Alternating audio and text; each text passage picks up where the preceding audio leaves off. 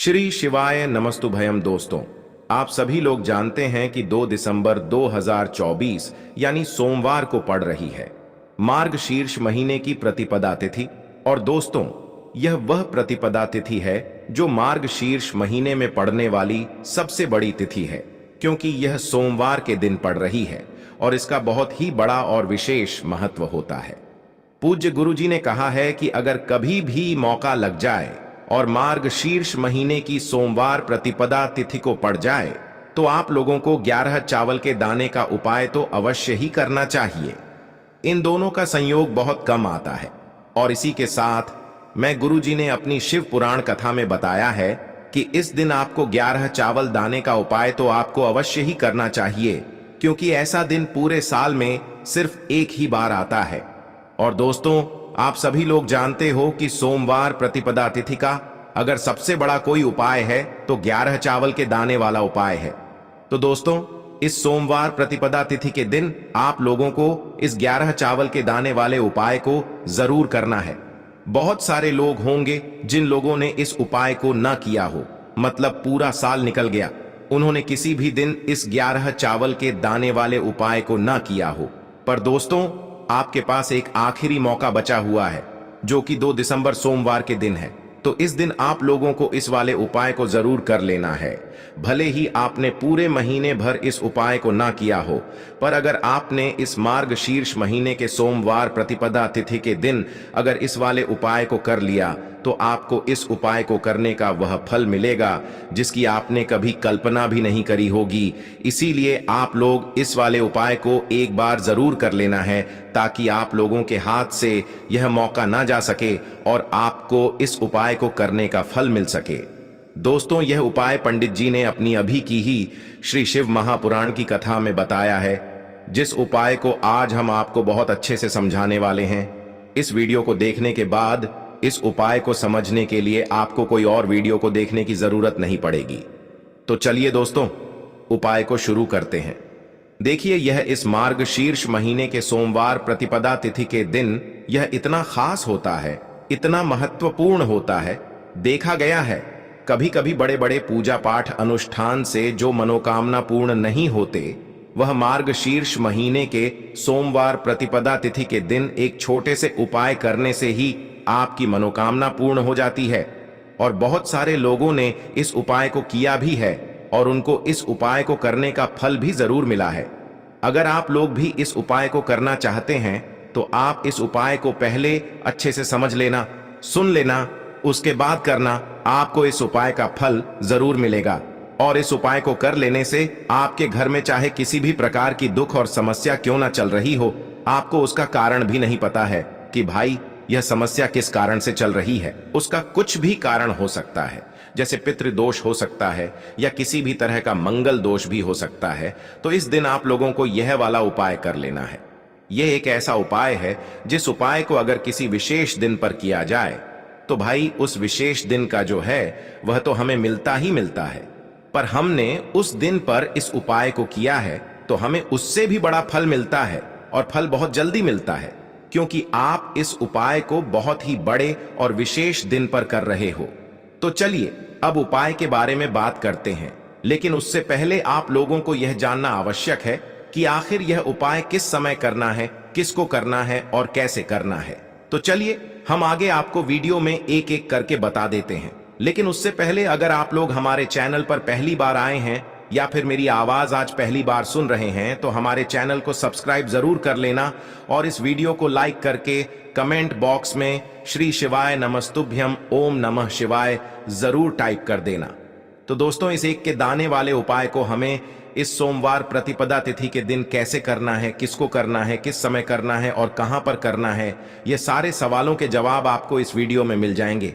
और जो यह वीडियो देखेगा भाई, उसको 11 चावल के दाने वाला उपाय जरूर करना चाहिए, क्योंकि इस दिन एक चावल के दाने का भी बहुत ही बड़ा और विशेष महत्व होता है। और जब बात आ जाए 11 चावल के दाने की तो यह सोने पर सुहागा वाली बात हो जाती है और यह एक बहुत ही बड़ा उपाय हो जाता है इस सोमवार प्रतिपदा तिथि का। तो अब दोस्तों, इस 11 चावल के दाने वाले उपाय को आखिर करना किसको है, सबसे पहले हम लोग वह बात जान लेते हैं। तो देखो, घर की जो बड़ी माताएं बहनें होती हैं, उन माताओं बहनों में से कोई भी एक बड़ी माता बहन इस वाले उपाय को कर सकती है। और दोस्तों, अगर आप चाहे तो अपने घर में से सभी सदस्यों को भी इस उपाय को करवा सकते हैं। अगर किसी व्यक्ति की खुद की कोई मनोकामना है, खुद की कोई दुख और परेशानी है जो कि वह अपने लिए ही करना चाहता है इस वाले उपाय को, तो वह खुद अपने लिए भी कर सकता है। बाकी अगर कोई घर में से ऐसा है जो कि अपने पूरे घर परिवार की सुख और शांति के लिए यह वाला उपाय करना चाहता है, तो भाई वह भी कर सकता है। उसमें भी कोई दिक्कत वाली बात नहीं है। कहने का मतलब यह है कि इस उपाय को हर एक सदस्य भी कर सकता है और पूरे घर परिवार के सदस्य के लिए घर की बड़ी माताओं बहनों में से कोई एक माता बहन भी कर सकती है।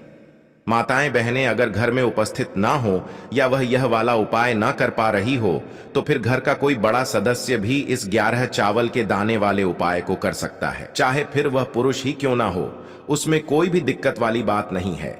अब दोस्तों, जो अगला प्रश्न निकल कर आता है वह यह आता है इस उपाय को लेकर कि आखिर इस उपाय को हमें किस समय करना है, सुबह के समय करना है कि शाम के समय करना है। तो देखो, इस वाले उपाय को आप लोग सुबह के समय भी कर सकते हो और शाम के समय प्रदोष काल में भी कर सकते हो। अब अगर आप पूछो कि भाई सबसे उत्तम समय कौन सा रहेगा इस 11 चावल के दाने वाले उपाय को करने का, तो हम आपसे बस यही कहेंगे कि इस उपाय को आप सुबह के समय करेंगे तो ज्यादा बेहतर होगा। बाकी अगर प्रदोष काल शाम के समय भी करेंगे तो भी अच्छा होगा, उसमें कोई भी दिक्कत वाली बात नहीं है। तो अब दोस्तों, जो अगली सबसे बड़ी और महत्वपूर्ण बात आती है वह यह आती है कि सुबह अगर हम उपाय को करेंगे तो हमें कितने बजे से लेकर कितने बजे तक के बीच में करना है, और शाम के समय प्रदोष काल में करेंगे तो हमें कितने बजे से लेकर कितने बजे के बीच में करना है। तो देखो, सुबह जितनी जल्दी हो सके आप उपाय को करने की कोशिश करना। बाकी अगर किसी कारणवश लेट भी हो जाओ, थोड़ी देर भी हो जाए, तो 10 या 11 बजे तक भी आप उपाय कर लेना, पर 12 बजे से ज्यादा देरी ना हो, ठीक है? इस बात का ध्यान रखना। उसके बाद में दोस्तों, अगर शाम के समय प्रदोष काल की बात करें, प्रदोष काल का जो समय होता है वो शाम के 6 बजे से शुरू हो जाता है। मतलब शाम के 6 बजे से लेकर 7 बजे के बीच का जो समय होता है, यह समय प्रदोष काल का समय होता है। तो आप इस उपाय को 7 या 8 बजे के बीच में भी कर सकते हो। मतलब शाम के 6 बजे से रात 8 बजे के बीच में आप कभी भी इस वाले उपाय को कर सकते हो, उसमें कोई भी दिक्कत वाली बात नहीं है। तो चलिए दोस्तों, जान लेते हैं। सबसे पहले गुरुजी द्वारा बताए गए पहले विशेष उपाय के बारे में देखिए। यह उपाय विशेषकर आपकी किसी भी प्रकार की मनोकामना की पूर्ति के लिए होने वाला है। देखिए, इस उपाय के लिए आपको मात्र एक लोटा शुद्ध जल ले लेना होगा। तांबे के पात्र के अंदर जल आपको अपने घर से ही लेना है। फिर इसी के साथ में आपको थोड़ा सा शहद ले लेना होगा। शहद आपको मात्र आधा चम्मच ही लेना है। फिर इसी के साथ में आपको एक प्यारी सी बेलपत्र ले लेनी है। बेलपत्र कहीं से भी खंडित नहीं होनी चाहिए, इस बात का ध्यान रखें। अगर आपके पास बेलपत्र नहीं है तो आप भगवान शिव के शिवलिंग पर चढ़ी हुई बेलपत्र को पुनः शुद्ध जल से धोकर का उसका उपयोग कर सकते हैं। अब दोस्तों, इन तीनों सामग्रियों को लेकर के सबसे पहले तो आपको पहुंच जाना है भगवान शिव के मंदिर में। पूज्य गुरु जी के अनुसार सोमवार का जो दिन होता है, उस दिन शाम के समय प्रदोष काल में साक्षात भगवान शिव शिवलिंग में विराजमान होते हैं। इसीलिए यह उपाय यदि आप प्रदोष काल के समय में करते हैं तो यह उपाय आपके लिए सर्वोत्तम सिद्ध होता है। या फिर आप इस उपाय को पूरे दिन में किसी भी समय कर सकते हैं। अब देखिए दोस्तों, आपके पास जो एक बेलपत्र है, बेलपत्र में 3 पत्तियां होती हैं। तो बेलपत्र की जो चिकनी साइड होती हैं, उन्हीं 3 पत्तियों में जो सबसे आगे वाली पत्ती होती है, जिसे सबसे बड़ी पत्ती कहा जाता है, तो इसकी चिकनी साइड पर आपको ओम का निर्माण शहद से कर देना है। और नीचे की साइड में दोनों पत्तियों पर आपको एक एक शहद की बिंदी लगा देनी है। देखिए, आप जो बेलपत्र पर ओम का निर्माण करेंगे, एक एक बिंदी लगाएंगे, वह आपको अपनी चीटी उंगली के जो पास वाली उंगली होती है, अनामिका उंगली, उसी से लगाना है। अब इस प्रकार से इस बेलपत्र को तैयार करने के बाद इसे आपको अपने सीधे हाथ की हथेली पर रखना है। और फिर आपकी जो भी मनोकामना है, चाहे आप यह उपाय अपने जीवन में धन की प्राप्ति के लिए कर रहे हैं जीवन में आप धन धान्य को बढ़ाने के लिए यह उपाय कर रहे हैं, या फिर यदि आप अपने व्यापार को, अपने बिजनेस को अच्छे से चलाना चाहते हैं, उसमें वृद्धि करना चाहते हैं, या फिर आप बहुत समय से नौकरी के लिए प्रयास कर रहे हैं लेकिन आपको नौकरी नहीं मिल पा रही है, यानी कि आपकी जो भी मनोकामना है उस मनोकामना को परिपूर्ण करने के लिए आपको महादेव से प्रार्थना कर लेनी है। और यह जो एक बेलपत्र है, इसे आपको भगवान शिव के शिवलिंग पर अर्पित कर देनी है, यानी कि शिवलिंग पर इस बेलपत्र को आपको चिपका देना है। देखिए, बेलपत्र की डंडी नीचे की तरफ रहेगी और इसकी जो चिकनी साइड है वह शिवलिंग से स्पर्श रहेगा। जिस तरफ आपने शहद लगाया है, इस प्रकार से आपको यह बेलपत्र समर्पित कर देनी है। अब जो आपके पास अंत में एक लौटा शुद्ध जल है, तो इसे आपको धीरे धीरे भगवान शिव के शिवलिंग पर अर्पित करते जाना है और लगातार शिव महापुराण के मूल मंत्र श्री शिवाय नमस्तु भयम या फिर ओम नमः शिवाय, इस मंत्र का जाप करते रहना है। जल को समर्पित करते समय आपको सोमेश्वर महादेव का मन में स्मरण करते रहना है। पूज्य गुरु जी ने बताया है कि जो भी व्यक्ति इस प्रकार से सोमवार प्रतिपदा तिथि के दिन यह चमत्कारी उपाय करता है, तो आपकी किसी भी प्रकार की मनोकामना है, चाहे जो भी मनोकामना हो, तो सोमेश्वर महादेव की कृपा से वह मनोकामना बहुत ही शीघ्रता से परिपूर्ण हो जाती है। अब दोस्तों, इसके बाद हम जान लेते हैं गुरु जी द्वारा बताए गए दूसरे खास उपाय के बारे में। देखिए, यह उपाय बहुत ही खास है, विशेषकर आपके जीवन में धन धान्य के भंडार को बनने वाला है, या फिर आपकी किसी भी प्रकार की मनोकामना को परिपूर्ण करने वाला है। देखिए, इस उपाय के लिए आपको मात्र एक लोटा शुद्ध जल लेना है। लोटा आपको तांबे का नहीं लेना है, केवल और केवल स्टील का लोटा ही आपको लेना है। देखिए, इस स्टील के लोटे के अंदर आपको शुद्ध जल ले लेना है और इसी के साथ में आपको मात्र 2 चम्मच कच्चा दूध भी इसी पात्र के अंदर मिला देना है। पूज्य गुरु जी ने बताया है कि केवल आप 2 बूंद भी यदि कच्चा दूध इस पात्र के अंदर डाल देते हैं तो वह आपको इसका पूर्ण फल ही प्रदान करता है। फिर इसी के साथ में आपको मात्र 11 चावल का दाना यानी कि अक्षत का दाना भी लेना है।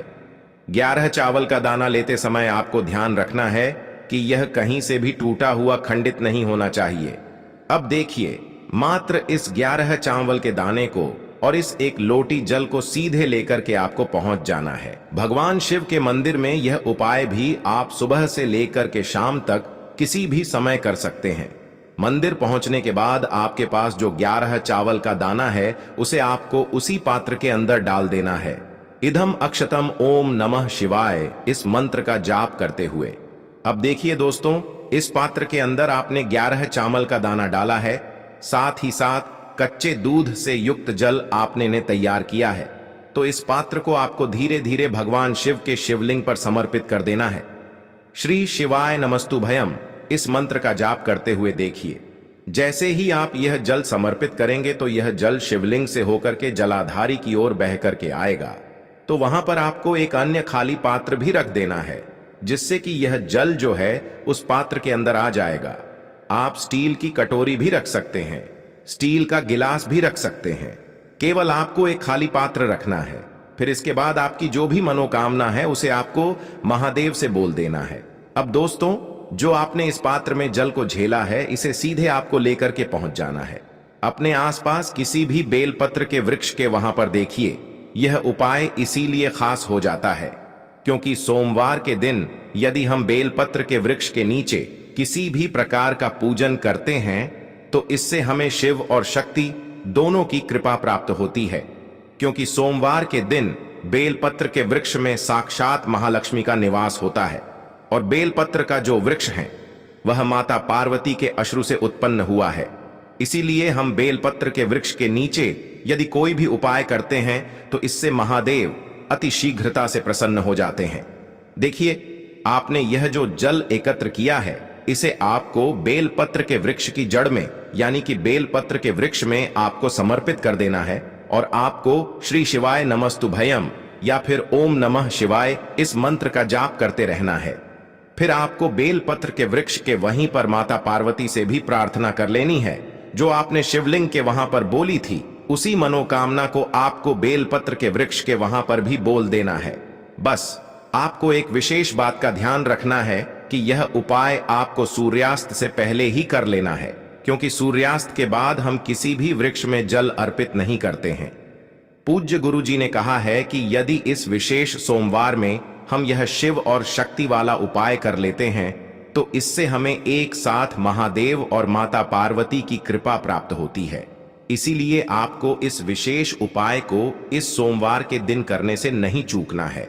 अब दोस्तों हम जान लेते हैं तीसरे चमत्कारी उपाय के बारे में। देखिए, इस उपाय के लिए मात्र आपको एक लोटा शुद्ध जल ले लेना है तांबे के पात्र के अंदर।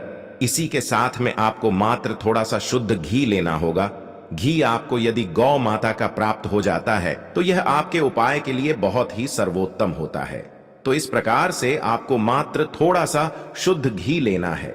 अब मात्र इन दोनों सामग्रियों को लेकर के सीधे आपको पहुंच जाना है। भगवान शिव के मंदिर में गुरुजी ने कहा है कि यह उपाय आप सुबह भी कर सकते हैं और शाम के समय में भी कर सकते हैं। देखिए, शिवाल पहुंचने के बाद आप जो घी लेकर के आए हैं उससे आपको शिवलिंग पर माता अशोक सुंदरी वाले स्थान पर इस घी का लेपन कर देना है।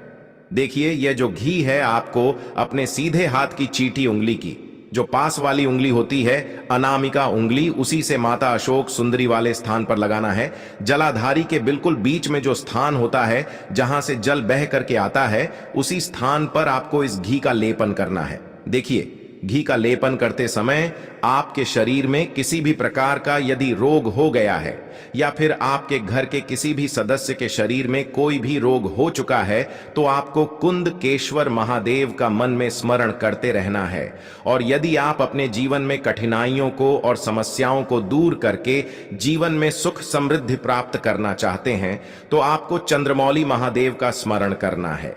या फिर यदि आप जीवन में कर्ज से बहुत अधिक परेशान हो चुके हैं तो आपको आरण मुक्तेश्वर महादेव का स्मरण करना है।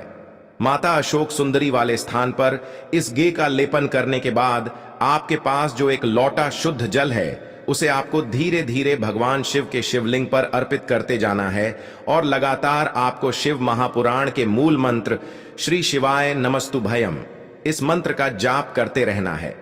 देखिए, आपकी अनामिका उंगली में जो थोड़ा सा घी और लगा हुआ है उसे आपको साफ नहीं करना है, इसे सीधे आपको अपने घर पर लेकर के आना है।